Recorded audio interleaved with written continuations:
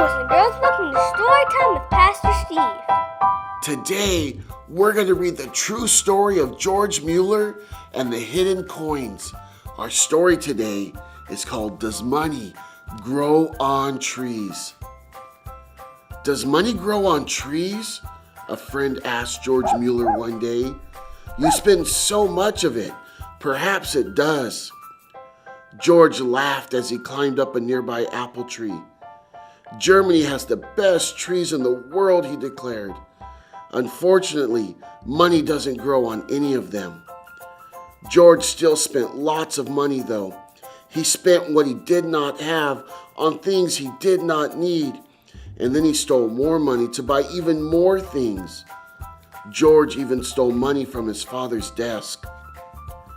When George's father counted his money, he noticed that some was missing. He didn't trust George, so he looked in the boy's pockets.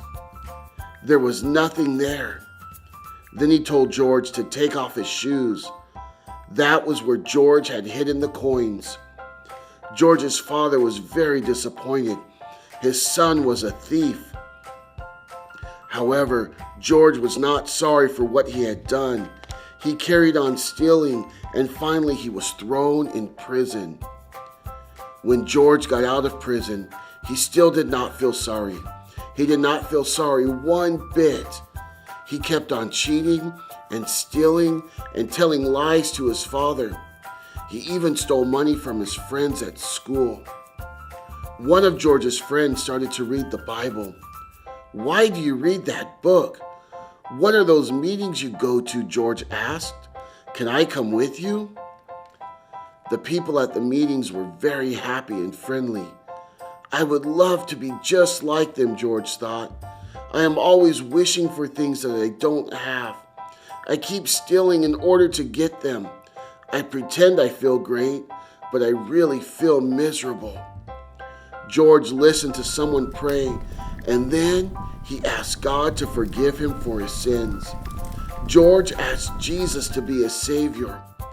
George's life was changed forever. Some of George's friends weren't pleased that he became a Christian. He's no fun anymore, they complained. George's father wasn't pleased either. I have spent a lot of money on your education. I don't want you to become a missionary, he yelled. But George did not change his mind. He knew what Jesus wanted him to do. A missionary works for God. I will work for God. God will give me everything I need, George said. I can trust in him. I know I can. George went to England and met a young woman called Mary. They fell in love. Will you marry me? He asked her. She said yes. They both wanted to work for God together, and God looked after them. One day, there was no food in the house, and George had no money. Just then, they found some meat and bread had been left on their doorstep. God gave it to us, exclaimed Mary. We can trust in him. I know we can. George and Mary set up home in Bristol, but soon the disease of cholera spread through the city. Many people died. However, when God took the cholera away, many in the city began to come to church. They wanted to learn about the love of Jesus. George started special schools to teach everyone about how God had sent his only son to save people from their sins. The people longed to hear this really good news. George needed a lot of help to do all that he had to do, but he knew that God was with him. God will give us the money we need, George said. We can trust in him. I know we can. George was right. God always helped them, even when sad times came. They were so upset when their baby boy died, but they knew he was safe with Jesus. They also knew that many children in Bristol had no one to look after them. So George started an orphanage. Some people thought he was mad, Where will you get the money?" they exclaimed. "God will help me," said George. "I can trust in him. I know I can." George was right.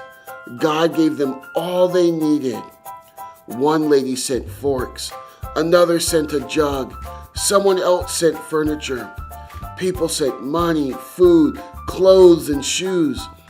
God made sure that the Müllers got exactly the right things. Soon, the orphanage was ready. But then a second and third orphanage were needed. Where would they get the money? "We can trust in God," George declared. "I know we can." George was right. God always helped them. One day, George needed an extra penny for bread. Just then, a lady came and gave George 2 whole pennies. When the heating broke down in winter, the builders agreed to work without stopping until it was mended. Just as the builders began to work, the weather changed from winter to spring until the job was done. A little girl ran up to George laughing. "Isn't it wonderful?